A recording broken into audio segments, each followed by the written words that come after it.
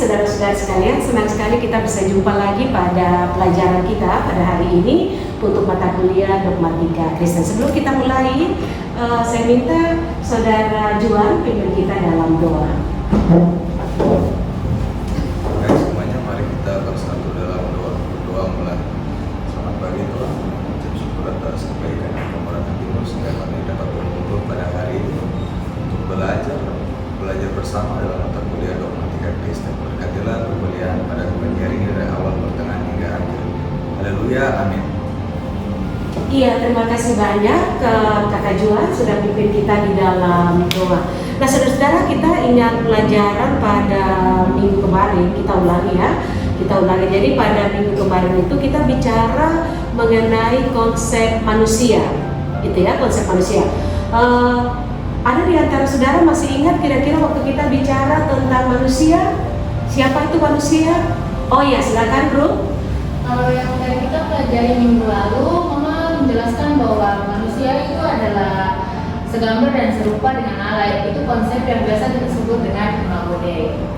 Oke, baik, berarti kita saudara-saudara sudah paham ya bahwa kita bicara tentang manusia pada minggu yang lalu itu mengenai bagaimana kita ini serupa dan segambar dengan Allah. Hari ini kita akan belajar mengenai kristologi.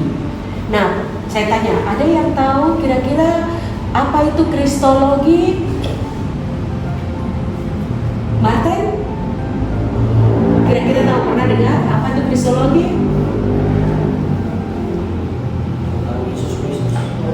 Oke. Ada lagi yang lain tentang kristologi?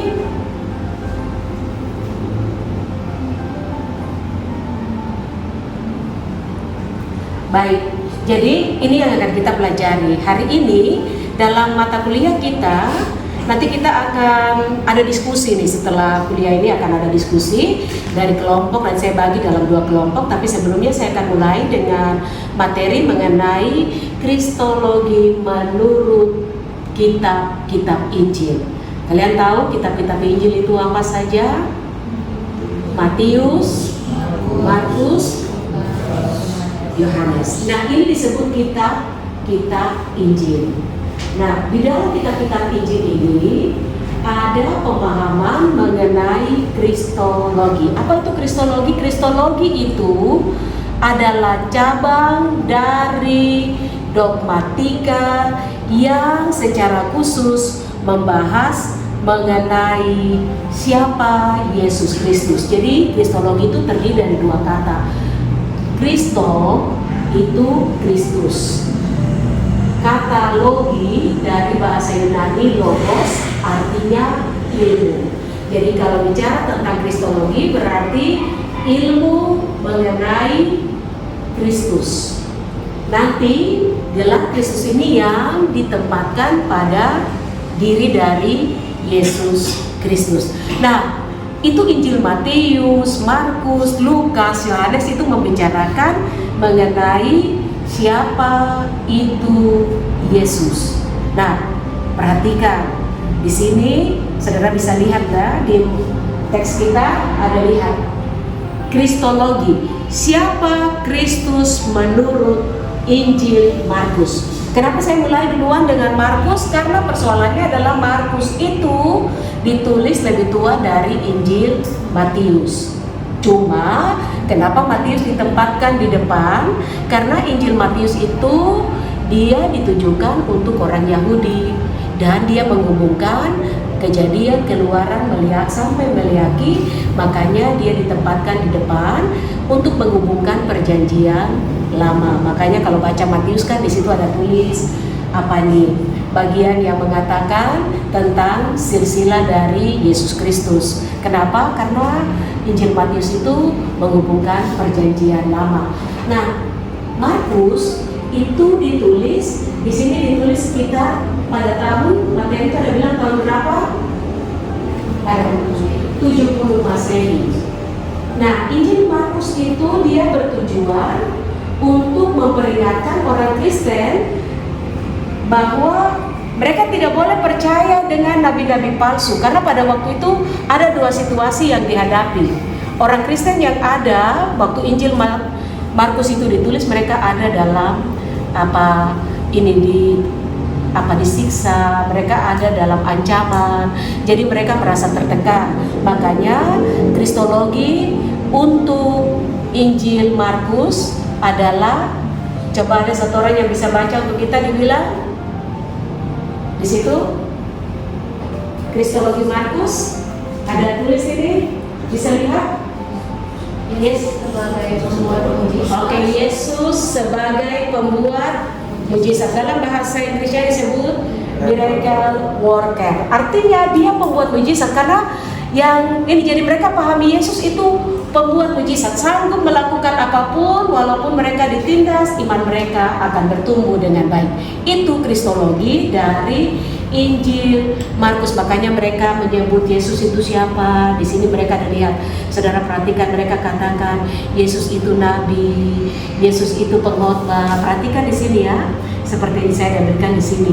Yesus itu nabi, penyembuh apokaliptik. Yesus itu sanggup untuk membuat mereka tak pernah merasa sendiri. Nah, kalau Injil Matius ada sedikit beda. Kalau khusus untuk Injil Matius, perhatikan, karena Matius tadi saya sudah katakan, saudara ingat ya, saya bilang Matius itu dia ada di depan, ditempatkan karena dia menghubungkan dengan orang Yahudi, perjanjian lama. Maka mereka katakan karena orang Yahudi tidak percaya kepada Yesus, lalu mereka bilang, oke, siapa Yesus, siapa Kristus? Lalu mereka katakan begini, kristologi dari Injil Matius itu mengatakan, satu orang coba baca yang di depan, ditulis itu apa? Yesus sebagai Mesias yang dinantikan. Yesus sebagai Mesias yang dinantikan, karena mereka bilang Mesias itu akan datang dari awan-awan dan turun di bait Allah. Matius bilang Yesus itu Mesias, dia raja yang diurapi, dia itu akan datang dan dialah yang sedang dinantikan kedatangannya. Dan itulah mengapa di sini Yesus itu dikatakan, kalau baca dalam Injil Matius, siapa itu konsep Kristusnya? Menyatakan Yesus sebagai Mesias, Rabi, Tuhan, Allah. Kenapa? Karena mereka bilang Yesus itu bukan Allah, Yesus itu bukan nabi, Yesus itu cuma manusia biasa. Maka Matius bilang tidak, Yesus itu Mesias, Kristus yang dinantikan. Nah, kalau dalam Injil Lukas ada perbedaan lagi. Dalam Injil Lukas itu dikatakan di sini khusus untuk Injil Lukas, kristologi Injil Lukas itu katakan, ada yang bisa Valeo coba baca dan untuk kita. Kristologi Lukas, Yesus sebagai perombak batas. Oke, Yesus sebagai perombak batas. Kenapa? Karena waktu Lukas menulis itu, dia ada tulis untuk satu orang. Kalau baca, hai Theophilus yang mulia, kalau bukan kitab itu ya, lihat, hai Theophilus yang mulia. Kenapa Theophilus yang mulia ini? Dia adalah orang Yunani, pejabat di Roma, yang dulu kafir, lalu dia masuk Kristen. Lalu waktu zaman dimana Lukas menulis Injil Lukas itu, mereka selalu buat kotak-kotak. Buat kotak, ini orang berdosa, ini orang yang kudus, ini orang dekat orang Farisi, tidak boleh orang yang baik ini duduk dengan orang kotor. Makanya Lukas bilang tidak, kalau Theophilus kau bisa masuk menjadi orang percaya, tidak ada yang dibatasi. Mau orang berdosa, mau siapa, Yesus datang untuk merombak batas. Itu artinya tembok itu diputuskan. Nah, Injil Yohanes itu berbeda lagi. Injil Yohanes itu dia selalu mengatakan segala sesuatu tuh aku. Kenapa? Karena dia itu selalu pakai ide, karena dia melawan yang namanya gnostik. Makanya kristologi Yohanes itu, coba ada yang baca, mungkin Kakak Leo, silakan. Kristologi Yohanes. Yesus dan berkata, Nah, perhatikan kalau di Injil Yohanes itu akula, macam akula pokok anggur yang benar, akula jalan kebenaran dan hidup, akula roti, air, aku pintu. Dia mulai memperkenalkan dengan, dia bilang begini, kalau kalian menyebut Yesus, kalian menyebut Allah dengan apa kalian pikir secara ilmu pengetahuan gnostik, saya mau katakan kepada kalian bahwa Yesus itu dia selalu memperkenalkan diri dengan aku. Itu berarti kita bisa menyebut Yesus dengan apa yang kita rasakan. Karena Matius, Markus, Lukas, Yohanes membuka bahwa kita boleh menyebut Yesus dengan apa yang kita rasakan tentang Yesus. Mereka bebas. Tadi Matius bilang Yesus adalah Mesias penggenapan yang dinantikan. Lalu kalau Markus katakan Yesus itu adalah pembuat mujizat, miracle worker.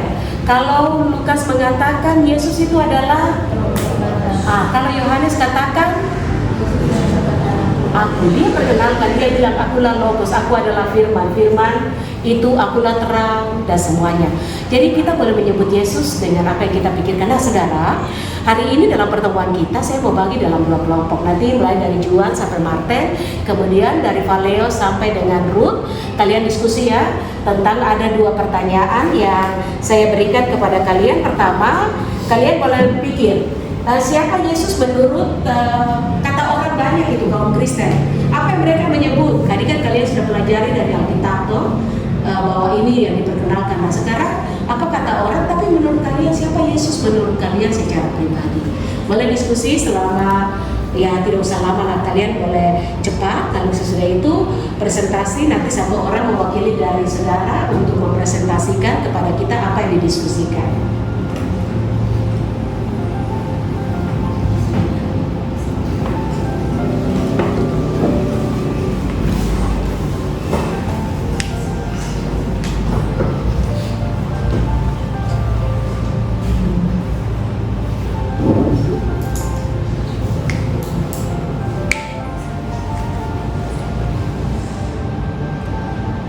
Iya silakan ya, bebas berpikir, itu diskusi gitu ya. Pikirkan kalian siapa Yesus menurut kata orang. Mungkin dengan lagu kalian dengar ada orang menyanyi tentang siapa Yesus gitu ya. Dan kalian bebas begitu bicara tentang Yesus menurut kalian. Tetapi juga ingat, menurut kalian Yesus secara pribadi itu siapa? Nanti masing-masing orang bicara ya, cepat-cepat gitu siapa itu Yesus gitu. Oke baik. Saya pikir diskusi kita sudah selesai. Tadi cukup baik sekali saya lihat saudara-saudara bisa diskusikan. Mungkin kita mulai dengan kelompoknya yang laki-laki semua nih, ini ya. Silakan mulai dengan apa kakak yang Juan, Leo, ada Juan juga dan juga Martin. Silakan. Siapa yang mewakili? Berdiri, boleh berdiri. Bicara yang kuat ya. Terima kasih. Kami dari kelompok satu ya akan menjawab pertanyaan sudah ini. Siapa Yesus menurut kaum Kristiani pada umumnya? Pada umumnya Yesus dikenal sebagai Tuhan dan Juru Selamat kaum Kristiani. Yang kedua, siapa Yesus menurut dirimu? Menurut kami semua, Yesus bukan hanya Tuhan dan Juru Selamat juga. Yesus adalah Bapa dan teman kami yang selalu ada kami di dalam waktu yang ketika kita ada dalam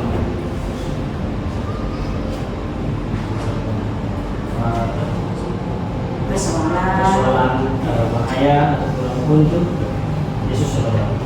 Oke baik, terima kasih. Tapi mungkin Juan ada menurut Juan Yesus siapa? Oh sudah ya. Kata Juan? Saya pribadi Yesus itu merupakan Tuhan dan Juru Selamat dan juga merupakan sosok yang merupakan dari semua atas apa yang terjadi di dalam kehidupan kami. Oke, terima kasih. Leo mungkin ada? Karena ini pribadi nih. Menurut saya Yesus itu adalah penolong setiap mana-mana saya berada, Tuhan selalu menolong. Silakan, terima kasih. Oke, silakan kelompok 2. Ya, terima kasih atas kesempatan yang diberikan Uma. Kami dari kelompok 2 akan menjawab pertanyaannya. Yang pertama, siapa Yesus menurut kaum Kristiani pada umumnya? Di sini ada banyak pengertian sekali tentang Yesus dari beberapa kaum. Namun kami sepakat mengambil dari hasil sidang Nisea dan Konstantinopel bahwa Yesus adalah 100% manusia dan juga 100% Allah. Untuk pertanyaan kedua yaitu siapa Yesus menurut dirimu? Karena ini pribadi, jadi kami berempat punya jawaban masing-masing. Kalau saya sendiri, Yesus adalah sahabat yang sejati. Kalau saudari Marta? Menurut saya Yesus adalah orang terdekat kita karena Yesus selalu ada buat kita di situasi suka maupun duka. Gabriel? Menurut saya Tuhan Yesus adalah gembala yang baik. Oke, Anthony. Kalau menurut saya Tuhan Yesus itu adalah role model atau tokoh yang menginspirasi saya, bukan hanya tokoh tapi teman dekat dengan saya. Jadi saya sangat menginspirasi dari dia. Baik, terima kasih. Mari kita tepuk tangan untuk kelompok dua. Iya, jadi saudara-saudara, tadi kita bandingkan apa kata orang, lalu kata dari apa tuh Alkitab ya, tentang Injil-Injil tentang Yesus, dan sekarang saudara sendiri punya jawaban siapa Yesus. Nah, Alkitab memberikan kepada kita, kemudian untuk bisa menjawab iman kita dengan benar. Menurut saya Yesus ini, supaya kalau ada orang datang dengan imannya yang mau tentang saudara bilang Yesus itu adalah bagian dari kehidupan saudara. Nah, mungkin dari penjelasan kita dan diskusi kita mungkin ada yang mau bertanya. Silakan. Ada yang mau bertanya? Ya, silakan dulu. Saya lihat dulu mau angkat tangan, silakan. Ya. Mama sama mau tanya sedikit bagian kristologi Yohanes. Sama saya agak bingung ya, Mama bilang kenapa Yesus selalu harus memperkenalkan dirinya dengan akulah. Mungkin Mama sedikit menjelaskan ini. Makasih, Mama. Iya, terima kasih Ruth untuk pertanyaan. Jadi, kenapa diterkonsep akulah? Karena ingat, itu Injil Yohanes ini mau jawab kepada orang-orang pintar, yaitu pada waktu itu yang muncul adalah Gnostik. Gnostik itu adalah satu pemahaman yang berpikir secara logika siapa itu Tuhan, dan mereka pakai pengetahuan untuk mengukur siapa itu Yesus. Karena mereka selalu bertanya siapa Yesus, apakah dia Kristus, apakah dia Tuhan, apakah dia Allah. Dan mereka bukan menggunakan itu, mereka pakai bahasa filsafat. Tahu filsafat tuh? Itu gunakan bahasa tinggi untuk berpikir. Maka jawaban dari Yohanes adalah dia bilang begini, Yesus katakan, saya siapa? Makanya mulai dengan bagian pertama itu adalah pada mulanya adalah logos. Itu bahasa Yunaninya, logos diterjemahkan jadi aku pada mulanya adalah firman. Firman itu siapa? Firman itu adalah Allah. Logos itu adalah Allah. Mulai dari itu, menurut Yohanes, Yesus selalu mengatakan, saya tidak menggunakan pikiran secara logika untuk berpikir, tetapi Yesus secara sederhana dia kasih dalam contoh yang kecil. Akulah anggur, bisa dimakan. Akulah air kehidupan. Kamu minum supaya kamu mengerti firman. Akulah roti. Aku ini makanan ini, kamu harus makan saya supaya mengerti firman. Akulah jalan, kebenaran, dan hidup. Jalan supaya kamu selamat. Nah, jadi seperti itu saudara-saudara dalam pertemuan kita hari ini ya. Terima kasih karena kita bisa berdiskusi dan kita bisa mengatakan apa yang kita lakukan pada hari ini. Nah, hari ini kita belajar tentang kristologi menurut Injil-Injil. Saya harap saudara-saudara bisa mengerti bahwa ketika kita bicara tentang kristologi, kita bicara satu cabang dalam dogmatika Kristen yang menyatakan kepada saudara tentang Yesus Kristus. Gelar dari Yesus bisa kita gunakan menurut apa yang kita pikirkan. Jangan menurut kata orang lain, tapi menurut apa yang saudara pikirkan. Nah, untuk itu minggu depan yang akan kita pelajari adalah mengenai yang disebut pneumatologi, yaitu pneumatologi itu apa? Yang minggu depan ya kita pelajari. Pneumatologi adalah pneuma itu roh, sedangkan logi adalah ilmu. Jadi minggu depan itu akan kita pelajari adalah ilmu mengenai Roh Kudus, bagaimana Roh Tuhan itu. Terima kasih untuk hari ini. Dalam mengakhiri semuanya, kita akan berdoa untuk menutupi semua pertemuan kita. Saya minta saudara Marta untuk pimpin kita di dalam doa. Silakan. Mari kita bersatu dalam doa. Ya Tuhan, telah selesai dalam kita Kristen pada saat ini dan dalam materi kita dan kami paham. Dan saya Tuhan, kemudian Iya, terima kasih untuk pertemuan kita. Sehat selalu, Tuhan berkati. Jaga kesehatan ya. Sampai jumpa minggu depan. Selamat pagi semua.